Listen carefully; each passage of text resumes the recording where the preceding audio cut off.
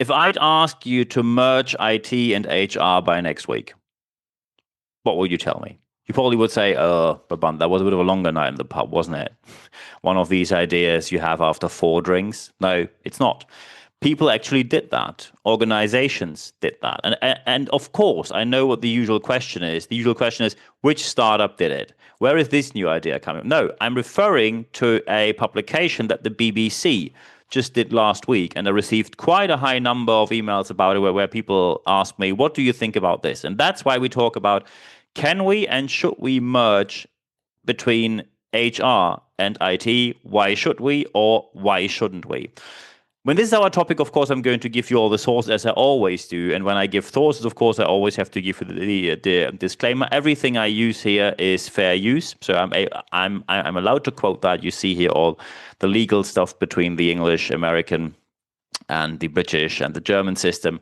So fair use policy. And when you talk about merging IT and HR, of course, you wonder, how did the BBC get to that point? So, well, I can tell you they published about it, and that article went pretty viral in certain decision maker circles where people thought, why on earth should we do that? We have IT, that's the tech side, and we have HR, which is the people side. They are almost polar opposites in many people's perception. And the question is, give me any reason why I should do that? And no worries, I will.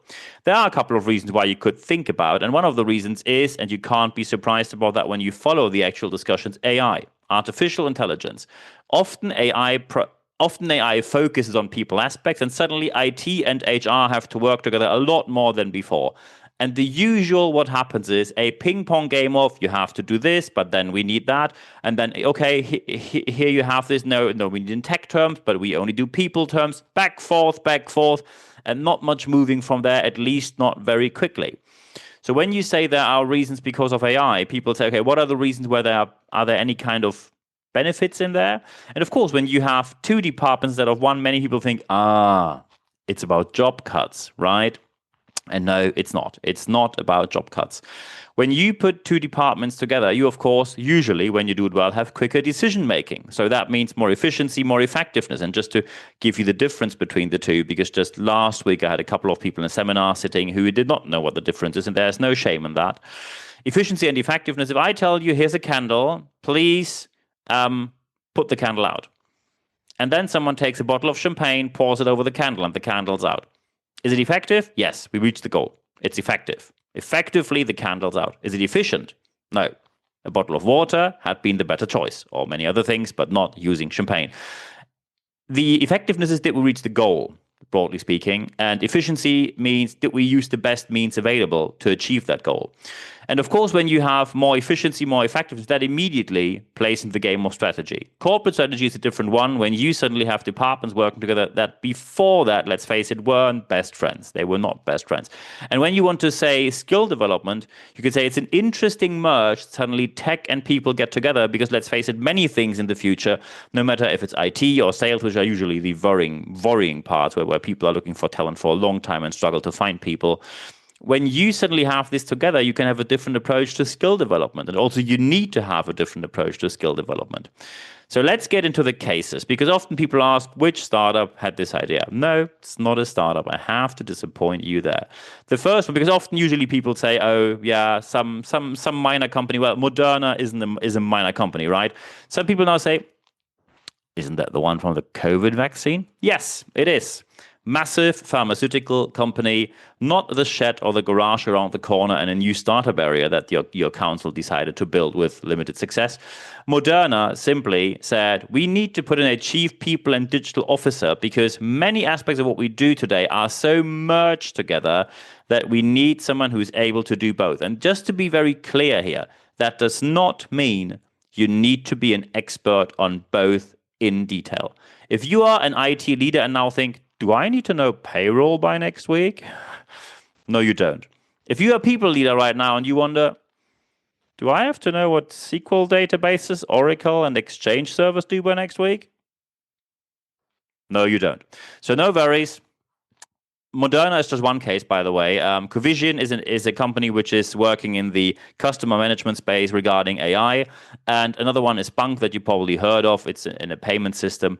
HR and IT team lead, different approaches here. So you have Moderna, which is Chief People and Digital Technology Officer, while Covisian decided to have Chief People and, in general, Technology Officer, while Bunq didn't fully integrate the two and say we have an HR and IT team lead, but not fully integrated together. So you see, there are different approaches. It is not one size fits all. It is not that you say, just throw the departments together and then everything will be better from there. Because the main question, of course, will remain, how do you make it work? How can you implement that? How is it possible to implement these very different two departments? And of course, we have to talk about the cons as well. There are very obvious pros. Of course, when you put two departments together, you usually have things done quicker. Not necessarily better, but you have them done quicker. But also you can think them through better. And that means you integrate aspects way better than before. I can just give you a very simple example that you probably eyewitnessed by yourself. You tell the IT, oh, we need this piece of software. And they say, okay, we get it done. A month later, here it is. And then you say, yeah, not like that. We expected something different.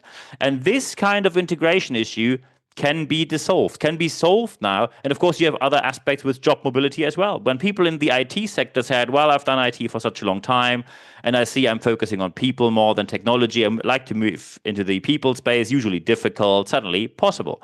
When you have people who say, well, I did payroll for such a long time, and I'm really an expert on the software, I really want to move into the software and tech field, you suddenly can do that very quickly. So the mobility is better in two areas where you usually struggle to find talent quickly. It's also more attractive for people to work in departments like that because they say way more options available. And of course, the common vision that you have together simply leads to these issues of we deliver something, no, not like this, what about that, no, what about this, and then back and forth, that disappears or at least becomes a lot less common as long as you give people the empowerment. When you allow people to properly participate, then people will be happier with what they do. The empowerment simply means that people now hold shares. They hold a share of the decision-making process. They cannot say, which is the, as you probably heard, grenade over the fence communication, when you say, yeah, I work in IT and I need this payroll software. Here's my grenade. Good luck, IT, from here. I now take 2 weeks off. That disappears because these issues often from wrong implementation or not great implementation come from exactly that point that people say communication wasn't great. That becomes better as well. But of course, we have to talk about certain cons, certain disadvantages. And of course, when you now say, when we talk about more flexibility and mobility and whatnot, you need to find people who have these skills. Yes. And the skill aspect is a massive one. You need to be able to have people who do not only think in people or tech terms, but in both. And that is quite a difficult thing. I am now here in London in the United Kingdom. And in London, we are quite advanced with this in the US as well. In Central Europe, the German-speaking market, especially in Germany, not that much, unfortunately. In Switzerland, they are far advanced with that. I am now in a country in the UK where you have artificial intelligence live in public service. Let's say in Germany, you're not there yet. Let's just put it that way. And the skill gap, of course, is one aspect, but the cultural aspect, of course, is one as well. When you need to say, we suddenly have this merged, you cannot put these silos into the organization where people say, I do payroll, I do tech, I do this, I do that. You suddenly have a culture of things merging together. And of course, you still need specialized people, but now specialization becomes even more difficult.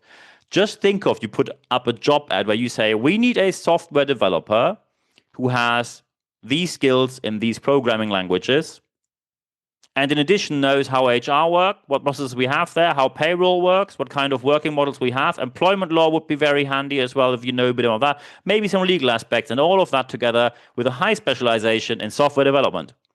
It doesn't get easier from there. So specialization is there, but it's even harder to find talent here. So you have to talk about that. And now some people might wonder, why is integration on both sides, pros and cons? Well, when it works well, integration is great. However, when it does not work too well, then integration becomes a struggle. I am now here in the UK because we have a project. I have a project from an international corporation where we integrate HR and IT department. And it starts with training, speaking at events, coaching, consultancy, mentoring as well, even project interim management, conducting the whole project by myself, not only talking about it, very important. I always offer both services. So it's the full package here, and the process will last for at least a year. Goal is to have it integrated by the end of 2026, which is challenging, but possible. When the integration does not go too well, it becomes worse than before, because then people put up walls and say, this is my tech space, don't touch it. And then, this is my people space, don't touch it. And that's not what you want to have. The resistance is then omnipresent, and usually people start to form coalitions. They talk to other people and they say, you need to be on our side, and then you have one group against the other, and it gets worse from there. So resistance is part of the game, and very important is what you now choose is the so-called best fit model. And the best fit model simply means you say, I take these couple of things, but I think we don't need this. But I also take these couple of things, but I don't take this. This is why, and only look at the examples we have here. Moderna has a chief people and digital technology officer. So digital with a focus. Covisian has chief people and technology officer in general, so way more overarching, while Bunq says HR and IT team lead. Massive difference. So when you see these aspects, then it's very important that there is not a one-size-fits-all solution. And you cannot simply say, yeah, just merge them, exchange the signs at the door, and then people have a meeting and a lunch together, maybe an evening dinner, but don't make it too expensive. We just rename the department. I mean, renamed it. We already renamed it from HR to people. So let's just say people and IT or whatever, people technology, something like that. And that is not an approach. The best fit model needs thorough analysis. This is why we're conducting coaching consultancy here. It needs thorough analysis and then a process that works together with the people. Listen to people first.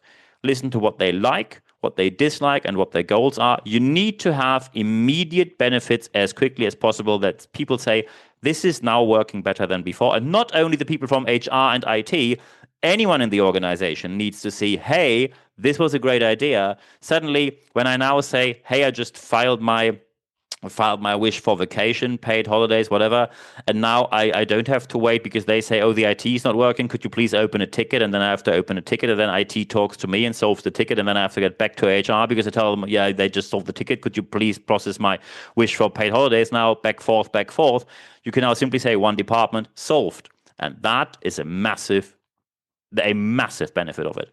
The best fit model is the solution. And in addition, and I deliberately add that here because I know what otherwise people will think, because some people will say, come on, Brabandt, I know what's happening here. I hear AI, I hear merging departments, and I know what that means. It simply means job cuts. Just don't sugarcoat it. Don't beat around the bush. Just tell me it's job cuts, isn't it? Very important here. All of these case models, and I showed you the article, you can look it up. Every single one of these case studies, not a single job lost. And that is a massive advantage. The massive advantage here is simply that you say, we have an approach that merges two departments that can work together. And of course, some people now ask me, what's your opinion on it? Is it a fit for every organization? No. As soon as someone says, is this always? Usually the answer is either no or it depends. Because it is hardly ever only yes or only no, except in very rare cases, which usually can be legally defined. So when you say 0 jobs lost, it does not mean that people do not have different tasks. But suddenly people can focus on the real task and not do nauseating administrative tasks that no one wanted to do, but they had to do it by hand because there was no other approach.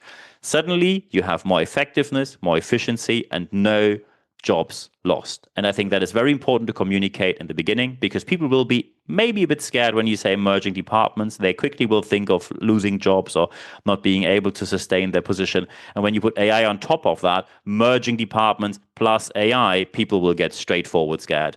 So it's very important that communication comes first. When you do it in the way that we discussed here, you will have the best fit model in place, including all the benefits. And I wish you all the best doing so.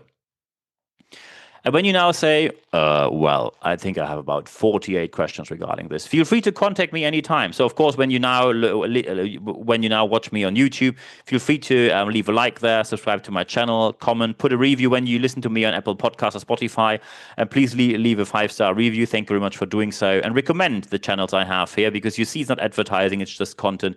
Recommend on social media, share it with friends, colleagues, anyone you like to see this content. In addition to that, when it comes to leadership tips, we have one special offer, which we only have on YouTube for free, of course. It's the YouTube Shorts. Roughly 1 tip per day. We now have roughly 100 tips online. It will be more in the future. You can see all the leadership tips. So it pays off to put the little bell on YouTube, so you always get notified when we have a new video online. It's basically one per day, 5 a week. It depends how much happens in the leadership space, of course. So feel free to join there as well. But of course, you can also follow me on Apple Podcasts and Spotify, and you can also go to my website, nb-networks.biz, and you see what I do there. When you now say, I'd like to discuss that, but not in the comment section, because that's public and I have something which is confidential. And of course, when you text me, send me an email, it's highly confidential, and that means you do not have to fear that anything goes to public. Everything that happened here was based on discussions that I had with people this week, and as you see, I didn't mention a single one that was texting me. I only mentioned the BBC article, so it's 100% confidential. When you now say, hey, so, by the way, my email address, nb@nb-networks.com. Looking forward to hearing from you there. Very important is when you now say, do you have live sessions? Yes, we do. We just had one last week. expert.nb-networks.com. When you go there and put your email address in there, you only receive one email every week. No worries. Every Wednesday morning, it's 100% content at free guarantee. You get free access to all my articles, more than 400 in English and German. No paywall, no nothing. Free access to all the podcasts, no paywall, no nothing.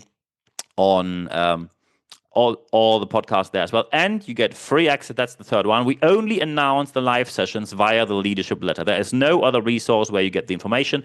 In the leadership letter, there is the date, the time, and the link to join. You don't even have to register. You only need to keep the email with the link, so you can be sure that this works in the future. And by the way, we only communicate live sessions for the readers of our leadership letter, so it really pays off to register there. Of course, you can also follow me on LinkedIn, Instagram, Facebook, and YouTube. We don't announce live sessions there, but everything else is on there. So I'm looking forward to being in touch with you there as well. The most important aspect is always the last one, which I mentioned, and that is apply what you hear in this podcast. Because only when you apply what you hear, you will see the positive aspects of what we talked about right here. And probably you will want to see, you want to see positive aspects, because otherwise you wouldn't sit with me here for 20 minutes or even more to listen to what I say. I wish you all the best doing so. If you now say, hey, I want to contact you about something very specific, training, speaking, coaching, consulting, mentoring, project interim management, feel free to do that. I'm looking forward to hearing from you. If you only want to drop me an email and discuss, we can do that as well. It doesn't cost you a penny. I do this every week. Thank you very much for the amazing exchange we had during the last weeks. I'm looking forward to hearing from others in the future. And now apply what you heard, and you will see the positive benefit. If you text me, by the way, on any channel, I answer every single message within 24 hours or less. So I'm looking forward to hearing from you. And at the end of this video cast and at the end of this podcast, there's only one thing left for me to say. Thank you very much for your time.